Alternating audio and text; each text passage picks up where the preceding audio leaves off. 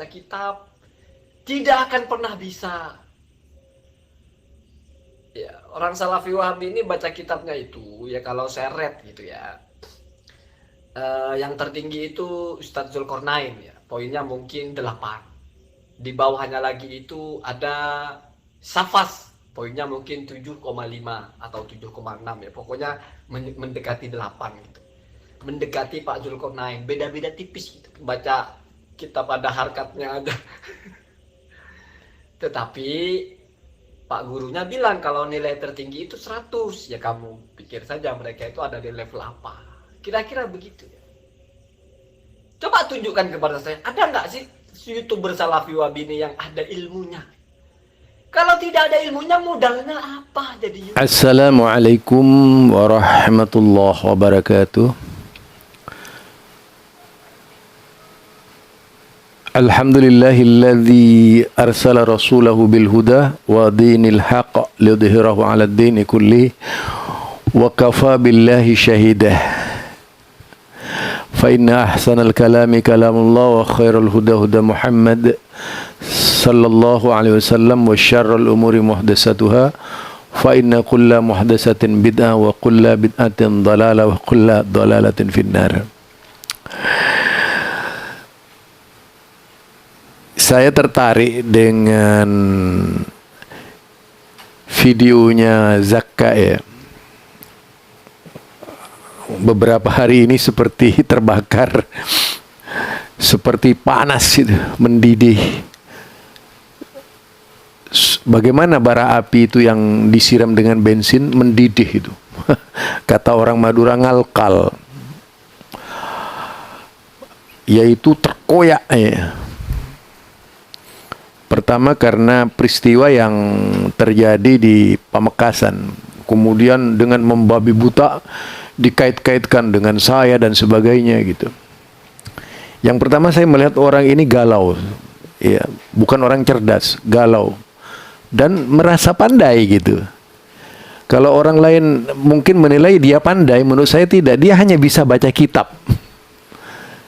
Jadi dia hanya bisa baca kitab, tapi secara analisisnya itu tidak memiliki kemampuan melacak berbagai macam, yaitu dalil-dalil yang menguatkan alibinya itu.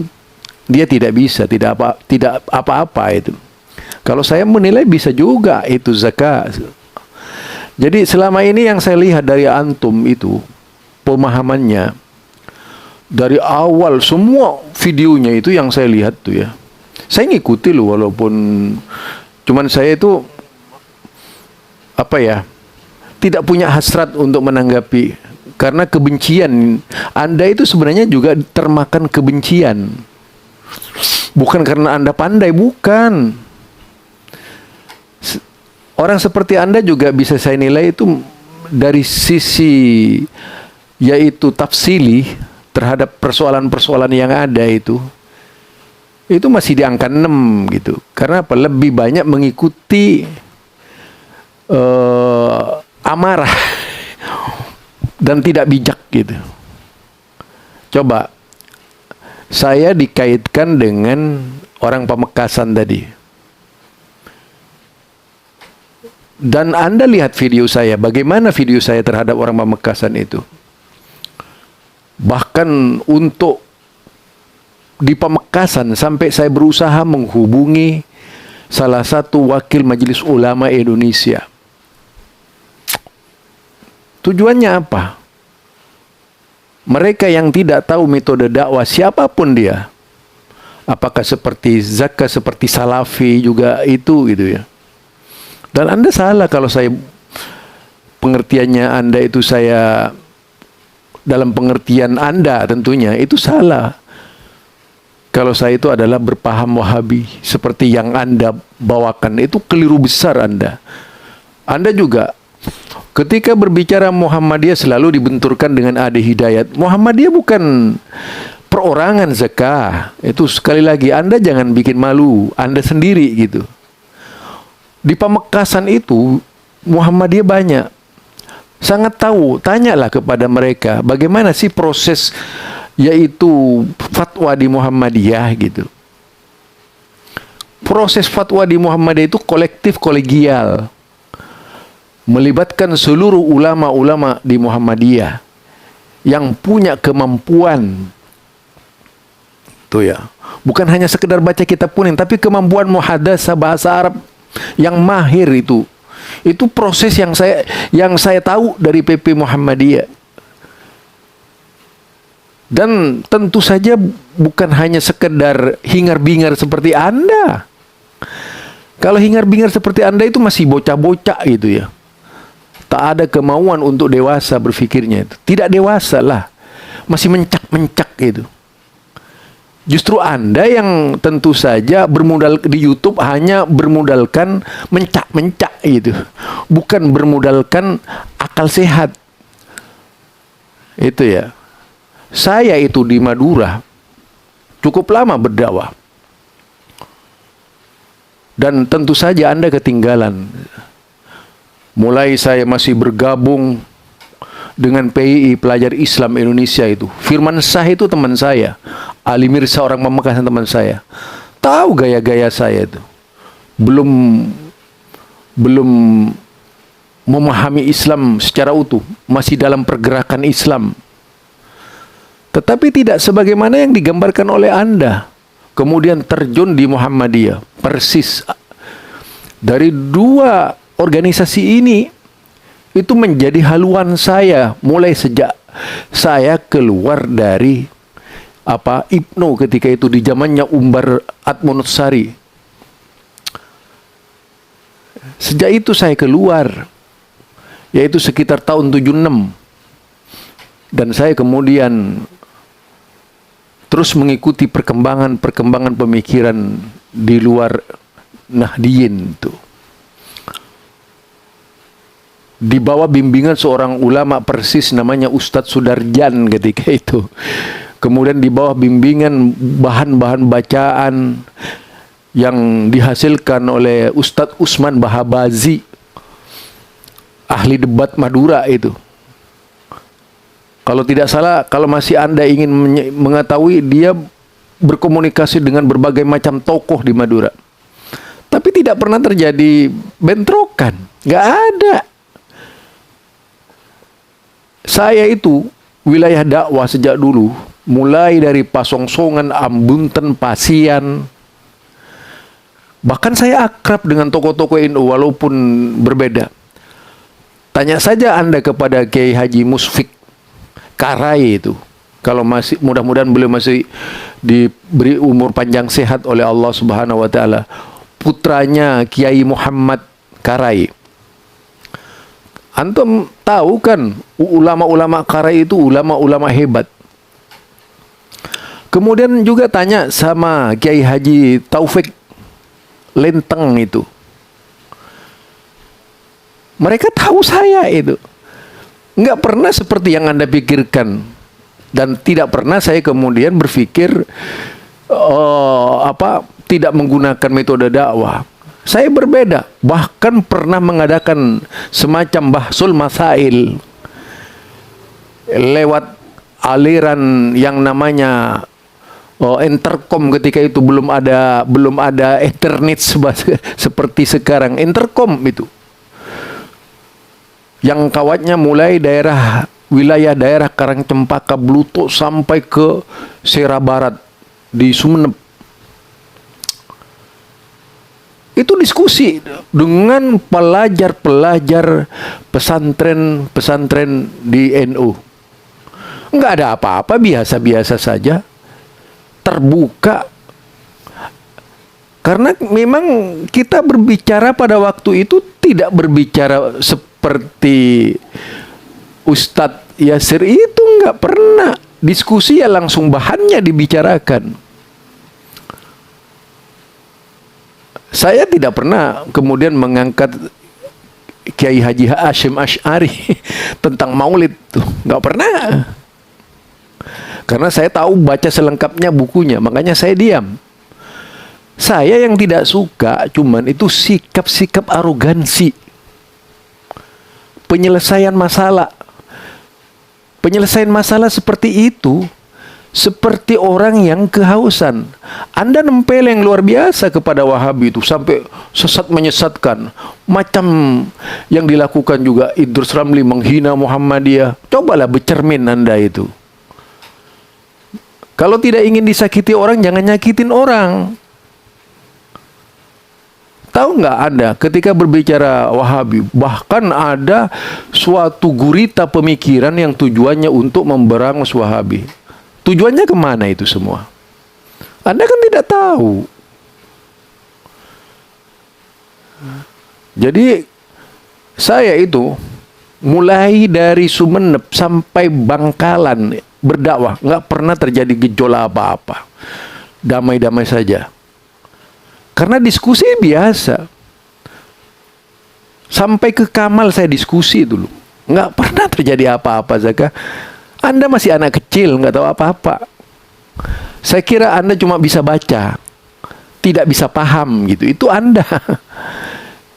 Oke, taruh saya banyak kekurangan menurut Anda. Tapi kalau dari sisi pemahaman saya lebih dewasa dari Anda itu. Justru yang banyak mengikuti emosi itu Anda. Contoh saja, Anda membenturkan Muhammadiyah, ya, membenturkan Muhammadiyah dengan pendapatnya teman-teman Salafi dengan menggunakan Ustadz Ade Hidayat. Padahal yang keluar dari Ustadz Ade Hidayat itu bukan suara Muhammadiyah, hanya karena dia orang Muhammadiyah. Itu kesalahan Anda sebagai seorang pemikir. Asal bicara juga Anda itu. Referensinya itu semuanya tak bisa dipertanggungjawabkan secara ilmiah. Jangan merasa kemudian Anda itu hebat. Anda juga terlalu banyak kekurangan dari bahan-bahan pembicaranya. Mau bicara Ibnu Taimiyah, bicara siapa, seolah-olah ngerti. Anda belum tahu ulama-ulama yang sesungguhnya mereka itu. Saya di kader Muhammadiyah sampai mendapatkan sertifikasi dari Majelis Ulama Indonesia. Saya membedakan bahasa saya sebagai seorang YouTuber dan bahasa saya sebagai seorang dai Muhammadiyah. Ketika berceramah di masjid-masjid, belum pernah kemudian mengajak perang terhadap kelompok-kelompok lain. Saya bedakan karena di YouTube itu persoalan ditimbulkan oleh orang-orang Anda gitu. Saya tanggapi. Karena bahasa YouTube beda dengan bahasa masjid. Itu antara saya. Karena saya orang terdidik. Nggak tahu kalau Anda, apakah Anda terdidik atau tidak gitu. Itu ya.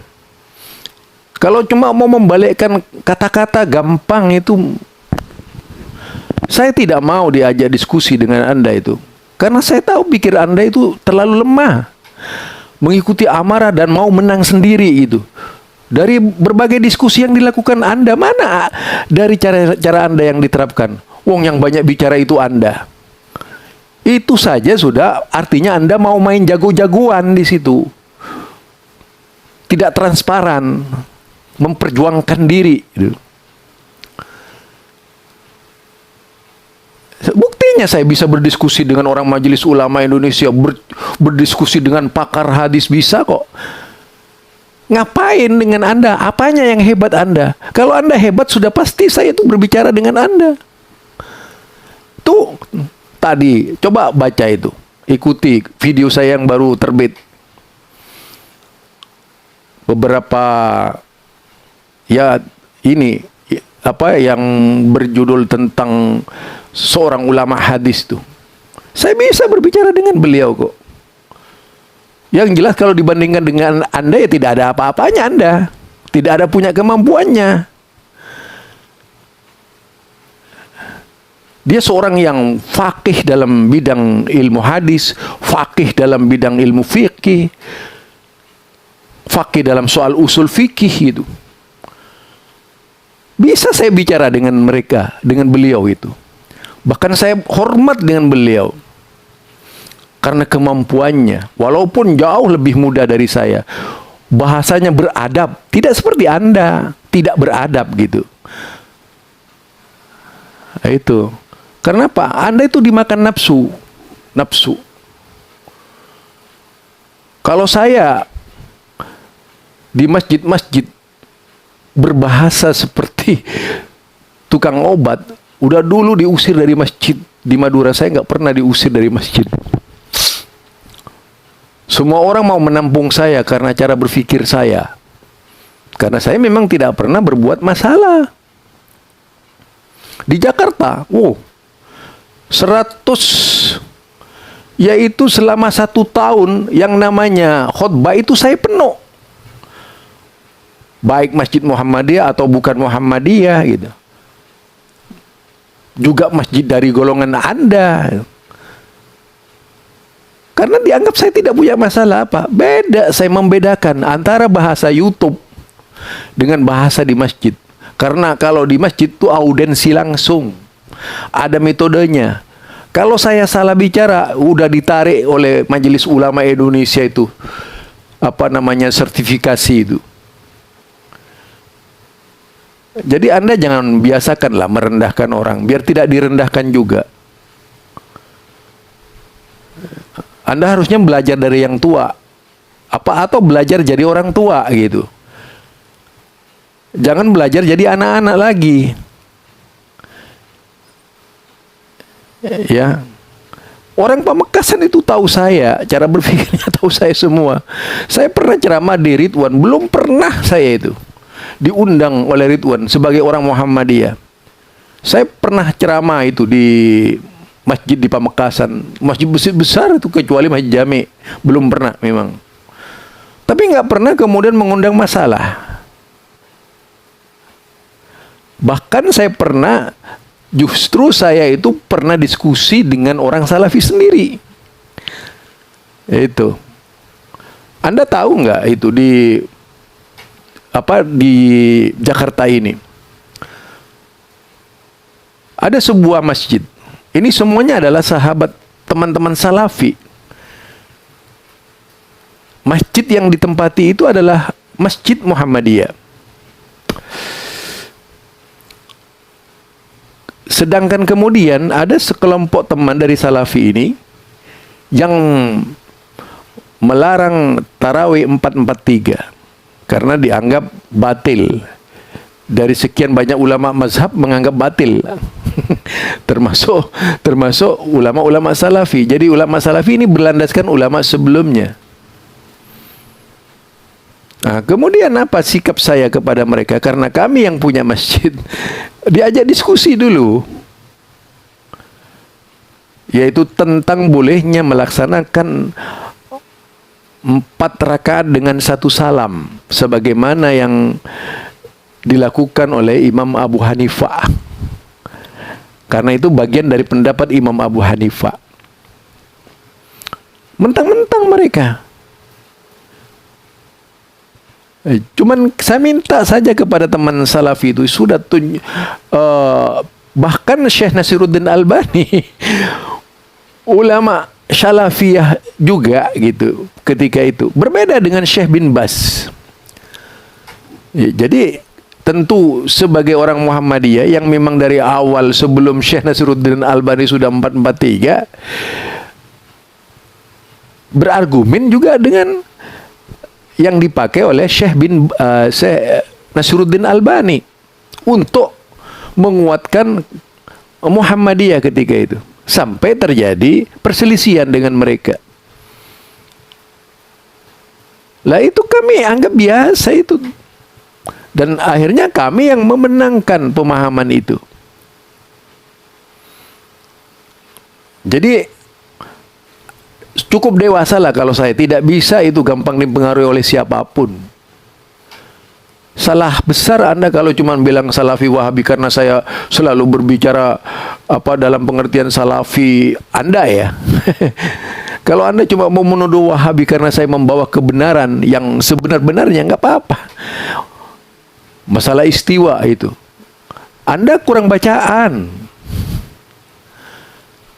Anda itu cuma membaca dari sisi golongannya sendiri. Tidak dimungkinkan kalau dari sisi golongannya sendiri bisa menemukan kebenaran, kecuali Anda itu adil. Orang yang berpikir adil bisa menemukan kebenaran. Tidak perlu dengan mengecam Salafi, Wahabi, Salafi, Wahabi, berzikir itu tiap hari. Yang saya lihat seperti Anda itu akhirnya pikirannya cuma zikirnya salafi wahabi, salafi wahabi, salafi wahabi. 33 kali salafi wahabi. Itu seolah-olah dibaca setiap hari begitu oleh Anda. Zakah. Janganlah ngikuti emosi lah. Apa ya? Kata Rasulullah, la taghdab. Jangan kau marah. Bahkan ketika ada orang marah, suruh duduk sama Rasulullah. Habis suruh duduk, suruh ngambil air wudhu itu. Jadi kalau antum lagi marah, itu pergi ke belakang kamar mandi ngambil wudhu dulu. Biar bisa ini otaknya encer gitu.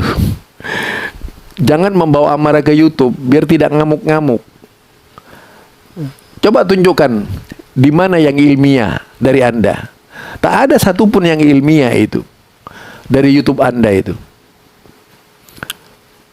Cuma saya itu mau membantah apa ya? Nggak ada gunanya. Membantah apa nggak ada isinya juga. Anda tadi mengatakan saya nggak ada isinya kan? Terus apa isinya yang Anda apa gitu? Caci maki. Udahlah Zaka, jangan menganggap dirimu baik gitu loh. Anda kan sudah dibilangin kus ya sama orang. Ya mungkin bagi penggemar Anda bagus gitu. Saya juga punya penggemar. Jadi jangan salahkan kalau kemudian penggemar saya menilai Anda begini-begini gitu. Jangan seperti anak kecil lah. Sebenarnya saya tidak mau loh menanggapi Anda karena saya sudah bosan menanggapi Anda itu. Nggak ada ilmunya. Mendingan saya membahas yang lain saja itu. Dikira Anda punya ilmu. Punya ilmu apa? Kalau ada orang Arab, bahasa Arab itu kan banyak orang Arab. Ya, ahli bahasa Arab dan sebagainya. Lah kedudukan Anda seperti orang yang ahli bahasa Arab itu saja gitu. Di Arab, tapi tidak mengerti Islam. Tahu Anda? Kan banyak orang Arab. Sudah ahli, lahir di Arab, pakar bahasa Arab, setiap hari bahasa Arab, tapi tidak ngerti Islam. Udah paham ya dari saya ya? Mudah-mudahan tidak sakit hati Anda. Koreksilah, introspeksi diri. Ibda binafsi. Mulai dari diri sendiri itu. Jangan suka menyalahkan orang lain. Kasihanilah diri Anda itu. Saya meneliti, aduh Anda kan punya YouTube juga yang sudah diblokir kan itu. Banyak kan. Saya baca itu YouTube itu. Aduh. Jadi sejak dulu sampai sekarang Anda itu cuma menuang kebencian kepada kelompok lain itu. Isinya itu. Yang Anda pikir itu berbobot, padahal tidak berbobot. Bantahan-bantahannya lemah banget gitu. Makanya saya itu tidak menoleh-noleh lagi kepada Anda dan temannya itu. Karena memang saya anggap, buat apa nanggapi Anda? Tuh lihat YouTube saya yang terbaru. Berbicara dengan yang benar-benar ahli. Baru saya itu menjadi orang yang tawaddu di depan anak muda yang ahli. Yang bicara itu cerdas. Ya, bicaranya cerdas, pelan, mengagumkan. Dari sisi mantik luar biasa. Menerapkan ma'aninya jelas gitu. Dari badiknya juga indah gitu. Jadi saya senang mendengarkan ceramahnya. Otak saya itu kemudian bisa berkembang. Saya yakin kalau berhadapan dengan Anda bukan berkembang, mumet gitu. Itu saja dari saya, Zulkarnain Maduri. Mohon maaf Zaka. Ya, jangan marah ya. Yuk, assalamualaikum warahmatullahi wabarakatuh.